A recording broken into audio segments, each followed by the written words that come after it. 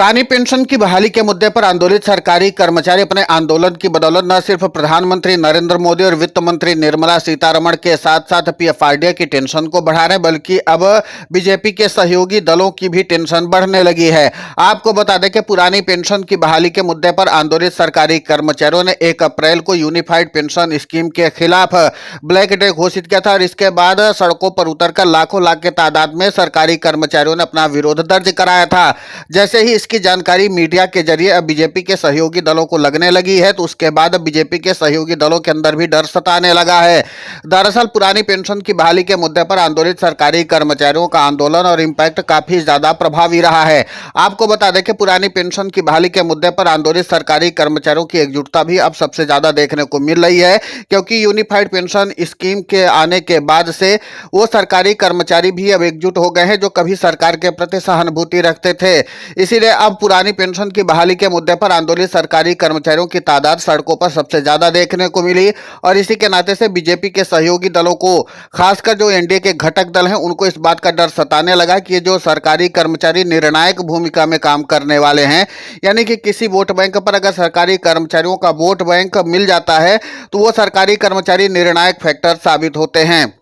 इसके जरिए सरकारी कर्मचारी उनके सियासी गुणागणित को बिगाड़ सकते हैं। दरअसल पुरानी पेंशन की बहाली के मुद्दे पर आंदोलित सरकारी कर्मचारियों का प्रभाव इस समय सबसे ज्यादा चुनावी राज्यों में देखने को मिल रहा है और इसी के नाते से पुरानी पेंशन की बहाली का मुद्दा एक बार फिर से नई सियासी सरगर्मी पैदा करने लगा है। आपको बता दें कि आगामी समय में यानी कि 2025 के ही अंत तक में कई राज्यों में विधानसभा चुनाव या तो होने वाले हैं या तो होंगे। अब आप उदाहरण के तौर पर ले लीजिए, बिहार में 2025 के अंतिम में ही विधानसभा चुनाव होना है और जाहिर सी बात है कि सियासत के लिहाज से बिहार का चुनाव काफी महत्वपूर्ण है। अगर बिहार में एनडीए के घटक दलों को झटका लग जाता है तो बीजेपी अपने आप धराशायी हो जाएगी और इसके बाद इसका इंपैक्ट केंद्र की सरकार पर भी पड़ना शुरू हो जाएगा। आपको बता दें कि वहां पर एनडीए की समर्थित सरकार है और नीतीश कुमार मुख्यमंत्री हैं। अब ऐसे में जाहिर सी बात है कि अगर बिहार में सरकारी कर्मचारी सीधे सीधे एनडीए पर चोट करते हैं, यानी अपने निर्णायक वोट के जरिए बीजेपी के समेत एनडीए के बाकी घटक दलों को टारगेट करते हैं, तो जाहिर सी बात है कि सियासी तौर पर उनको भारी नुकसान उठाना पड़ जाएगा।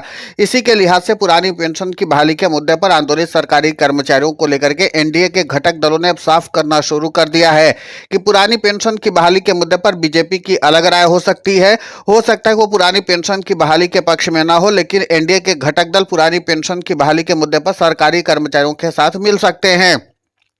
माना जा रहा है कि ये सरकारी कर्मचारी अपने वोट बैंक के लिहाज से महत्वपूर्ण और निर्णायक साबित हो सकते हैं। इतना ही नहीं, बीजेपी के घटक दलों के साथ भी मिलकर के वो उनको चुनाव जिताने में मदद कर सकते हैं। और पुरानी पेंशन की बहाली के मुद्दे पर आंदोलित सरकारी कर्मचारियों को लेकर के कम से कम बिहार में कोई भी ज़्यादा असमंजस की स्थिति नहीं है। बिहार में दोनों ही राजनीतिक दल जो विपक्ष के हैं वो लगातार पुरानी पेंशन की बहाली के मुद्दे पर आंदोलित सरकारी कर्मचारियों का पक्ष लेते आए हैं। चाहे वो आरजेडी हो या फिर कांग्रेस हो, दोनों ही पुरानी पेंशन की बहाली के मुद्दे पर सरकारी कर्मचारियों के साथ कंधे से कंधा मिला करके चलने को तैयार हैं। और इन सब के बीच पुरानी पेंशन की बहाली के मुद्दे को लेकर के ही विधानसभा में आरजेडी के विधायकों ने जबरदस्त तरीके से हंगामा काट करके सरकारी कर्मचारियों को एक सियासी संदेश भी दे दिया था कि हम पुरानी पेंशन की बहाली के मुद्दे को लेकर के प्रतिबद्ध हैं। इतना ही नहीं, इसके पहले तेजस्वी यादव जब नेता प्रतिपक्ष थे तब भी उन्होंने इस बात का ऐलान किया था कि हमारी सरकार अगर आती है तो हम पुरानी पेंशन की बहाली कर देंगे। माना जा रहा है कि जिस तरीके से नेता प्रतिपक्ष तेजस्वी यादव और उसके बाद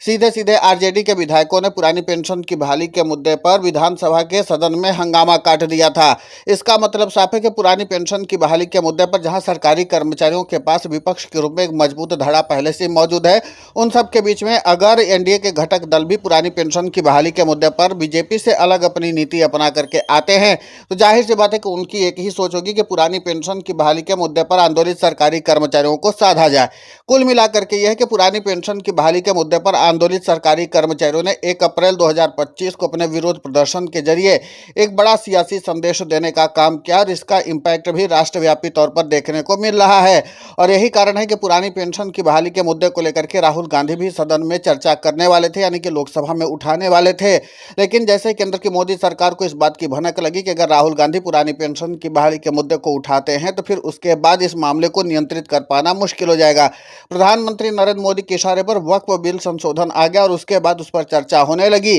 तो सरकारी कर्मचारियों का मुद्दा दबसा गया। लेकिन अब पुरानी पेंशन की बहाली के मुद्दे पर आंदोलित सरकारी कर्मचारियों ने 1 अप्रैल 2025 को जिस तरीके से अपना विरोध दर्ज कराया है, उसके बाद ये माना जा रहा है कि 1 मई 2025 को जब सरकारी कर्मचारी राष्ट्रीय राजधानी दिल्ली में अपने व्यापक जंगी प्रदर्शन के साथ केंद्र की मोदी सरकार को घेरेंगे तो जाहिर सी बात है कि विपक्षी दलों के साथ साथ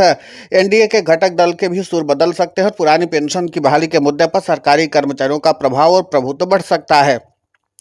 हालांकि सरकारी कर्मचारियों के प्रतिनिधियों ने साफ कर दिया कि पुरानी पेंशन की बहाली के अलावा हमें कोई भी पेंशन मंजूर नहीं है और इसलिए हम लोग पुरजोर तरीके से यूनिफाइड पेंशन स्कीम जो 1 अप्रैल 2025 से लागू होने जा रही है उसको किसी भी हाल में स्वीकार करने वाले नहीं है, बल्कि इसका हम पुरजोर तरीके से विरोध करते थे, करते ही रहेंगे। किसी भी हाल में अब इसको स्वीकार करने वाले नहीं है क्योंकि ये नेशनल पेंशन स्कीम यानी कि एनपीएस से भी ज़्यादा खराब स्थिति की पेंशन है और इसलिए सरकारी कर्मचारियों का भविष्य सुरक्षित नहीं रह सकता है। अब देखना ये होगा कि सरकारी कर्मचारियों का प्रभुत्व और भी ज्यादा बढ़ता है या नहीं, लेकिन 1 मई 2025 को सरकारी कर्मचारियों का आंदोलन इस मामले पर मील का पत्थर साबित होगा। फिलहाल इस पूरे घटनाक्रम को लेकर के आपकी प्रतिक्रिया बहुत महत्वपूर्ण होती है, आप हमें कमेंट करके जरूर बताएं। साथ ही पुरानी पेंशन की बहाली के मुद्दे पर हम लगातार आंदोलित होकर के खबरें चला रहे हैं। आप हमारे समर्थन के लिए चैनल को सब्सक्राइब करें, खबर को ज्यादा से ज्यादा शेयर करें ताकि पुरानी पेंशन की बहाली का मुद्दा और बुलंद हो।